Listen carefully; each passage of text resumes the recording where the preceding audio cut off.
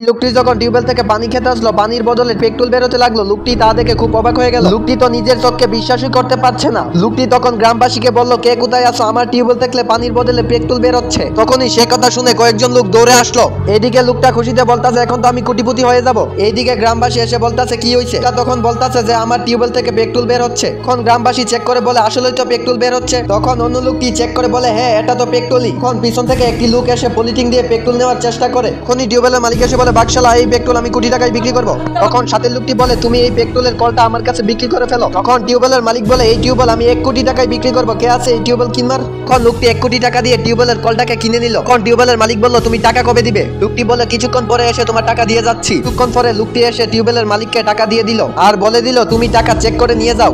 সেখান থেকে টাকাগুলিকে চেক করে চলে গেল। যাবার সময় লোকটা বলে গেল, আজকে থেকে আমার টিউবওয়েল তোমার হয়ে গেল। এইদিকে টিউবওয়েল কিনে লোকটা বলতাছে, আজকে তো আমি কোটিপতি হয়ে যাব। তখন সেই লোকটিকে বলল, যাই বোতল নিয়ে আজকের প্রথম তেল আমাদের গাড়িতে ভরবো। এখন 1 বোতল পেট্রোল ভরা শেষ হলো, আরেক বোতল ভরতে গেল। তখনই পেট্রোলের বদলে পানি বেরোতে শুরু করলো। লোকগুলো অবাক হয়ে বলল, পানি কোথা থেকে আসলো? এখন তারা অসহায়ের মতো কাঁদতে শুরু করলো।